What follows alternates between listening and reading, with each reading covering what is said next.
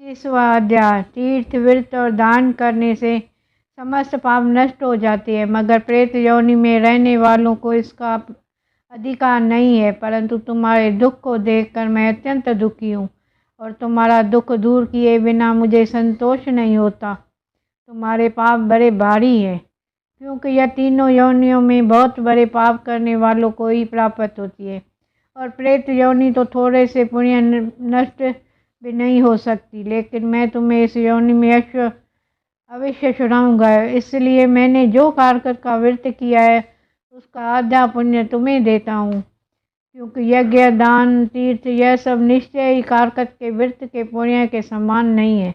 नारद जी ने कहा, हे राजन, इतना कहकर धर्मदत्त उसको ओम नमो भगवते वासुदेवाय यह 12 अक्षर मंत्र सुनाया और तुलसी के जल से उसके ऊपर छिड़का। बस फिर क्या था, क्षण भर में वह प्रेत योनि से छूटकर प्रज्वलित शिखा के समान दिव्य रूप धारण करके लक्ष्मी के समान सुंदर हो गई। तब वह धर्मदूत को दंडवत प्रणाम करके प्रसन्नता से गदगद होकर बोली, हे ब्राह्मण, आपके आशीर्वाद से मैं इस घोर नरक से छूट गई हूँ। मुझे पाप सागर में डूबती हुई आप नौका के समान है। नारद जी ने कहा, हे राजन, अभी कला इस प्रकार कह रही थी कि वहाँ पर विष्णुगण एक देवी समान विमान लेकर आए। विमान के द्वार पर अप्सराएं घर बैठे थे। धर्मदूत ने उसके सबको देखकर दंडवत प्रणाम किया। पुण्यशील और सुशील नामक भगवान विष्णु के गणों ने धर्मदूत को अपने हाथों से ऊपर उठा कर उसका अभिनंदन करके कहा, हे द्वैत श्रेष्ठ, आप धन्य हैं जो आप सदा भगवान विष्णु के व्रत, कथा और सेवा में लगे रहते हैं। आप सर्वदा दीन दुखियों पर दया करते रहते हैं। आपने जो कुछ अपने बाल्यकाल में पवित्र और शुभ कारकत का व्रत किया था, आपने उसको सादे फल से कलह के पूर्व जन्म को एकत्रित पाप नष्ट कर दिए हैं। यह नहीं, आपकी कृपा से उसको सैकड़ों जन्म के पाप नष्ट हो गए हैं। आपके जागरण आदि से करने के पुण्य प्रभाव से आकाश मंडल में यह विमान आया है। हे ब्राह्मण, अब हमें इसे भांति भांति के भोगों से युक्त वैकुंठ में ले जा रहे हैं। आपके दान पुण्य के प्रभाव से, कारकत व्रत या तुलसी पूजा के प्रभाव से यह भगवान विष्णु के निकट रहेगी। आप भी इस जन्म के पश्चात अपनी दोनों स्त्रियों समेत वैकुंठ लोक में भगवान विष्णु के समीप रहेंगे और मुक्ति प्राप्त करेंगे। हे दया सागर, वह मनुष्य धन्य है और जन्म उन्हीं का फलीभूत है जिन्होंने कि तुम्हारी तरह भगवान विष्णु की भक्ति की है, क्योंकि भगवान विष्णु अपने भक्तों का भला कर क्या नहीं देते, वह सब कुछ देते हैं। जिन्होंने प्राचीन काल में अन्नपाद के पुत्र उत्तरपाद के पुत्र को दुरु का स्थान दिया, जिसके स्मरण मात्र से प्राणियों की सद्गति हो जाती है। प्राचीन काल में भगवान विष्णु केवल अपने नाम के स्मरण से ही गिर द्वारा पकड़े गए हाथी को हस्त योनि से मुक्त कर जय नाम देकर अपने पार्षद बना लिया। तुमने उसी विष्णु की सेवा की है, उसी से तुम अपने दोनों स्त्रियों सहित 1000 वर्ष तक विष्णु भगवान के समीप निवास करोगे। जब तुम्हारा पुण्य क्षीण हो जाएगा तब तुम पृथ्वी पर सूर्यवंश में अपने दोनों स्त्रियों के साथ दशरथ के नाम से प्रसिद्ध राजा होंगे, तथा यह कला तुम्हारे आधे पुण्य की भागीदार होने के नाते तुम्हारी तीसरी भार्या होगी। भगवान विष्णु तुम्हारे पुत्र के रूप में तुम्हारे निकट रहेंगे, देवताओं का कार्य करेंगे। भगवान विष्णु को प्रसन्न करने वाले तुम्हारे कारकत व्रत से अधिक महत्वपूर्ण या दान, तीर्थ आदि और कोई भी नहीं है। हे दया सागर, तुम धन्य हो, क्योंकि तुमने जगत गुरु भगवान विष्णु का प्रसन्न करने के लिए कारकत का व्रत किया है, जिसके आधे पुण्य के फल के भागीदारी इस कला को इस समय हम अपने साथ विष्णु लोक ले जा रहे हैं। 26वां अध्याय। नारद जी ने कहा, देवगणों को ऐसा वचन सुनकर धर्मदूत ने कहा, सब मनुष्य भगवान विष्णु की प्रसन्नता के लिए विविध आराधना, यज्ञ, दान, व्रत, तीर्थ, तपस्या आदि करते हैं, किंतु कोई ऐसा सरल उपाय बताइए कि जिसके करने से इन सब का फल प्राप्त हो। गणों ने कहा, हे द्वैत श्रेष्ठ, आपका प्रश्न बड़ा श्रेष्ठ है। हम आपको भगवान विष्णु के शीघ्र प्रसन्न करने का उपाय बताते हैं। हम इतिहास सहित प्राचीन वृत्तांत सुनाते हैं, सावधानी से सुनो। प्राचीन काल में कांचीपुरी में चोल नामक चक्रवर्ती राजा राज्य करता था। उसी के नाम से उसके देश का नाम भी चोल ही प्रसिद्ध था। राजा चोल के राज्य में कई प्राणी दरिद्री, दुखी, पापी व रोगी न था। यह सब राजा को यज्ञ करने के प्रभाव था। ताम्रपर्णी नदी के किनारे दोनों किनारे पर सोने का यज्ञ स्तंभ सुशोभित थे। हे द्विज, एक दिन वह राजा भगवान विष्णु के पास गया। भगवान उसी समय शेष शैया पर योग निद्रा वश में सो रहे थे। राजा ने उनके मणियों, मोतियों और स्वर्ग के दिव्य फल फूलों द्वारा पूजा की। वह साष्टांग प्रणाम करके भगवान के चरणों के पास बैठा गया। थोड़ी देर बाद राजा ने अपनी नगरी कांचीपुरी में ब्राह्मण विष्णुदास को वहां आते हुए देखा। विष्णुदास भगवान की पूजा के लिए तुलसी दल और जल लिए हुए थे। विष्णुदास ने वहां आकर भगवान के विष्णु सूक्त मंत्रों द्वारा स्नान करवाकर मंजरी तथा दलों से उनका विधि पूर्वक पूजन किया। विष्णुदास के चढ़ाए हुए दलों को राजा के चढ़ाए हुए मणि, मोती व स्वर फूल ढक गए। राजा यह देखकर क्रोध से भरकर बोला, ढोंगी मूर्ख, तूने मेरी चढ़ाई हुई मणियां, मोतियों व सोने के फूलों व तुलसी दल अपने सादे फूलों से ढक दिया है। तू बेचारा भला भक्ति करना क्या जाने, क्योंकि तुम मेरे किए हुए विचित्र श्रृंगार को बिगाड़ दिया है। राजा की बात सुनकर विष्णुदास को विक्रोध चढ़ गया। वह राजा को गौरव की तुच्छ समझकर कहने लगा, हे राजन, तुम भक्ति करना नहीं जानते, तुमको अपने धन का घमंड है। बताओ, आज से पहले तुमने भगवान को कितने व्रत किए हैं? देवगण ने कहा। ब्राह्मण के ऐसे वचन सुनकर राजा ने घमंड से हंस कर कहा, हे विप्र, भगवान की भक्ति से अपमान से तू ऐसी बात कर रहा है, तो मैं पूछता हूँ कि तेरे जैसे भिखमंगे ब्राह्मण में भगवान की भक्ति है ही कितनी? क्योंकि तुमने आज तक भगवान की प्रसन्नता के लिए कुछ भी नहीं किया, न कोई मंदिर बनवाया, तो तुम भला इस प्रकार का भक्त का जैसे कि तुम कर रहे हो क्या गर्व कर सकते हो? यहाँ जितने भी ब्राह्मण बैठे हैं, मेरी बात को ध्यान पूर्वक सुने। देखें कि भगवान विष्णु दर्शन मुझे होते हैं या कैसे। इसके बाद दोनों की भक्ति में संबंध की आप लोग जाने लेंगे। देवगुण ने कहा। ऐसा कर राजा अपने महल में चला गया। वहां जाकर उसने अपने पुरोहित मंदगुल को आचार्य बनाकर विष्णु यज्ञ आरंभ किया। उसने उस यज्ञ में अनेकों ऋषियों महर्षियों को बुलाया, उनको बहुत सा अन्न और नकद आदि दक्षिणा दी। जो यज्ञ पहले ब्रह्मा जी ने गया में किया था, वही यज्ञ राजा चोल ने अपनी नगरी चोल में किया। विष्णुदास भी अपने मंदिर में ही रहकर भगवान की प्रसन्नता के लिए व्रत करने लगा। उसने मांग तथा कार्तिक मास के व्रत किए, तुलसी के वन की और एकादशी के भगवान विष्णु को द्वादश अक्षर का मंत्र का जाप किया।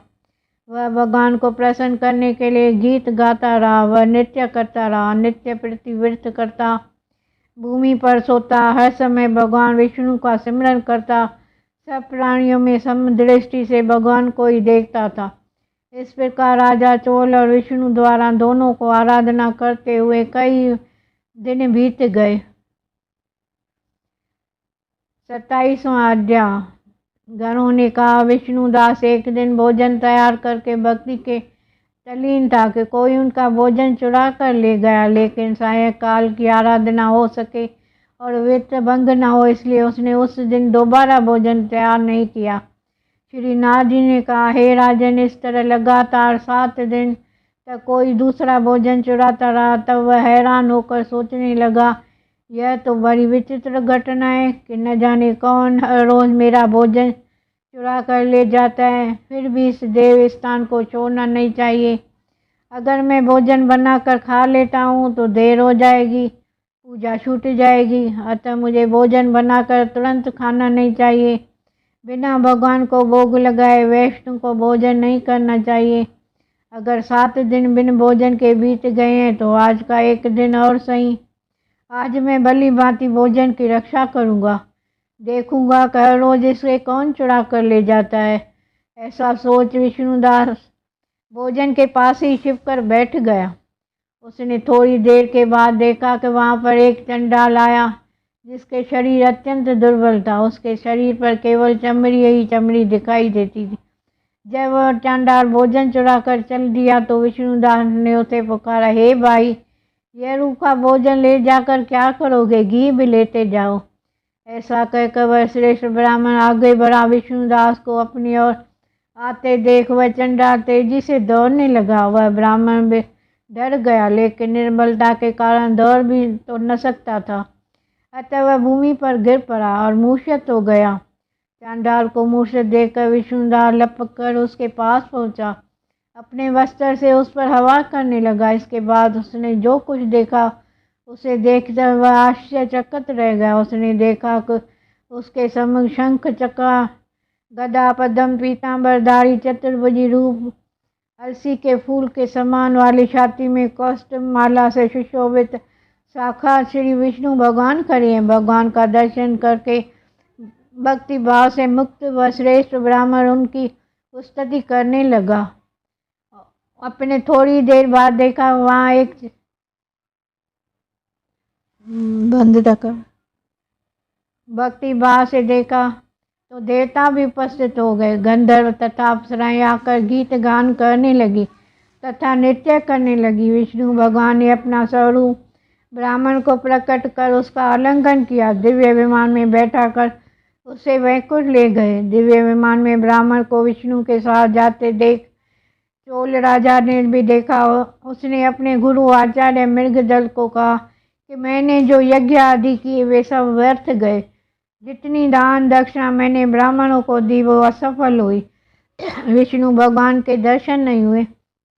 विष्णुदास ब्राह्मण ने केवल श्रद्धा से भक्ति की। उसके लिए कृपा से भगवान विष्णु ने आकर उसको दर्शन दिए। इसलिए भक्ति सर्वोपरि है।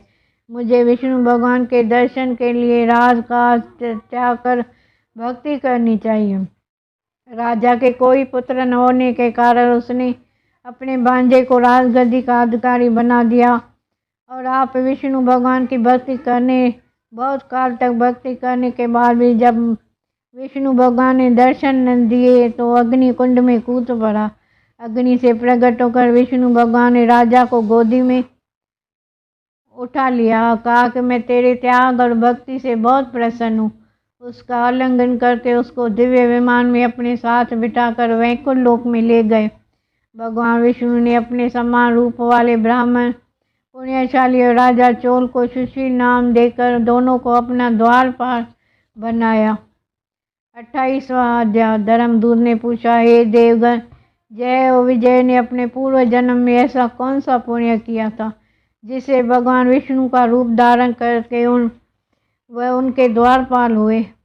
गणों ने कहा, प्राचीन काल में तुलना बिंदु की पुत्री देवती के कर्दम ऋषि द्वारा केवल देखने मात्र से ही 2 सुंदर बालक उत्पन्न हुए। उनमें से बड़े का नाम जय, छोटे का नाम अजय हुआ। बाद में वे देवती के गर्भ में कपिल देव जी हुए। जय और अजय दोनों ही भगवान विष्णु को बड़े भगत और धर्मात्मा थे। दोनों ही नित्य प्रति अष्टाक्षर मंत्र का जाप करते थे। पूछा, दोनों ने प्रभु से कहा, हे देव, हम आपके दोनों भगत हैं, मगर हम आर्थिक मेरे चोरियों नित्य प्रीति बंद विष्णु के व्रत करते थे। भगवान भी उन दोनों भाइयों पर अत्यंत प्रसन्न, नित्य पूजा के समय उनको दर्शन दिया करते थे। एक समय राजा के निमंत्रण पर देवऋषि नारद गणों से राजा के यज्ञ में पधारे। उस यज्ञ में जय ने ब्रह्मा, अजय ने पुरोहित बनकर यज्ञ को संपूर्ण करा। यज्ञ के विधि पूर्वक समाप्ति हुई। मूर्त राजा ने जय अजय को बहुत सा धन दिया। वह दक्षिणा देकर दोनों भाई अपने आश्रम में वापस आए। धन को बंटवारा करते समय दोनों भाइयों को आपस में झगड़ा हुआ। जय ने अजय से कहा कि धन को 2 बराबर बराबर भाग होने चाहिए। अजय ने कहा, नहीं, जितना धन जिसका मिला है उतना धन उसी का है। तब जय ने क्रोध में भरकर अजय को श्राप दिया, तुम धन लेकर नहीं देना चाहते हो, इसलिए तुम गिरह हो जाओ। अजय ने जय को दिया हुआ श्राप स्वीकार किया। अजय ने जय को दिया हुआ शराब स्वीकार कर लिया। जय को शराब दिया, तू अभिमानी है, इसलिए तू आती हो जा। जब नियम पूर्वक दोनों को पूजा के समय जब भगवान उनको दर्शन देने के लिए आए तो दोनों ने भगवान से शराब मोचन को पूछा। दोनों ने प्रभु से कहा, हे देव, हम दोनों आपके भगत हैं, मगर हम हाथी के योनि में कैसे होंगे? हे कृपा सागर, शराब से हमारा उद्धार कीजिए। भगवान विष्णु ने कहा, मेरे भक्तों की वाणी भी कभी असत्य न होगी, यमराज भी उनको अन्यथा नहीं कर सकते। पूर्व काल में मुझे भगत राज प्रहलाद के कहने पर स्तंभ से प्रकट होना पड़ा था। राजा अम्बरीश के कहने पर 10 अवतार लेने पड़े। अतएव तुम दोनों अपने शरापों को भोग पर फिर मेरे लोक को प्राप्त होगे। इतना कहकर भगवान विष्णु अंतर्जान हो गए।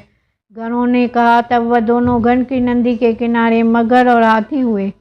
जाति सिमरण करने के कारण इस योनि में वे भगवान विष्णु का व्रत नियम पूर्वक किया करते थे। एक दिन कार्तिक की पूर्णमासी को वह हाथी स्नान के लिए गंडकी नदी में गया। तब पिछले जन्म के शराब सिमरण करके मगर ने हाथी को पकड़ लिया। मगर को पकड़े हुए हाथी ने भी भगवान विष्णु का स्मरण किया। फिर क्या था, तुरंत ही शंख चक्र गदा पद्मधारी भगवान ने अपने सुदर्शन चक्र द्वारा उन दोनों को मगर और हाथी का उद्धार किया और उन दोनों ने अपने जैसा रूप देकर भगवान उन्हें वैकुंठ में ले गए। उसी दिन में उस स्थान का नाम हरि क्षेत्र प्रसिद्ध है। चक्र के आगाज से वह से पत्थरों में भी चिन्ह बने हुए हैं। वह दोनों भी जय और अजय के नाम से आज तक संसार में प्रसिद्ध है। हे विप्र, आपने भगवान विष्णु के द्वारपालों के संबंध में जो प्रश्न किया था उसके विस्तृत उत्तर मैंने दे दिया है। इसलिए हे द्वैत, तुम भी ईर्ष्या और द्वेष को त्याग कर नित्य भगवान विष्णु का व्रत करो। जगत के प्रत्येक जीव का समदृष्टि से देखो। तुला, मकर और मेघ राशि के संक्रांति में नित्य प्रदत्त स्नान किया करो। एकादशी व्रत किया करो। तुलसी वन की रक्षा किया करो। गौ, ब्राह्मण, वैष्णव की सेवा के लिए हर समय तैयार रहा करो। व्रत करने वालों को मसूर, कांची, बैंगन का साग कदापि प्रयोग नहीं करना चाहिए। हे धर्मदूत, ऐसा करने पर तुम शरीर त्यागने के पश्चात हम लोगों को समान गति पाओगे। भगवान विष्णु को प्रसन्न करने वाला, इस व्रत का समान फल देने वाला तीर्थ दान यज्ञ दूसरा और कोई नहीं है। हे विप्र, तुम धन्य हो, क्योंकि तुमने विष्णु भगवान को प्रसन्न करने वाला व्रत किया है और जिसका आधा फल तुमने इस कलह को दिया, उसके फल स्वरूप हम कलह को वैकुंठ में ले जा रहे हैं। नारद जी ने राजा पृथु से कहा, हे राजन, इस प्रकार धर्मदूत को विष्णु भक्ति का उपदेश देकर कलह को सार लेकर विष्णु के पास से वैकुंठ को चले गए। धर्मदूत में उनके आदेश अनुसार भगवान विष्णु के व्रत में तल्लीन हो गया। फिर जब उसका देहांत हुआ तो उन्होंने अपनी दोनों स्त्रियों के साथ विष्णु लोक को गया। हे राजन, जो कोई प्राचीन काल में इतिहास को सुनता है या सुनाता है, वो अंत में विष्णु लोक को प्राप्त होता है। 19वां अध्याय। राजा पृथु ने कहा, हे नारद जी, आपने कृष्ण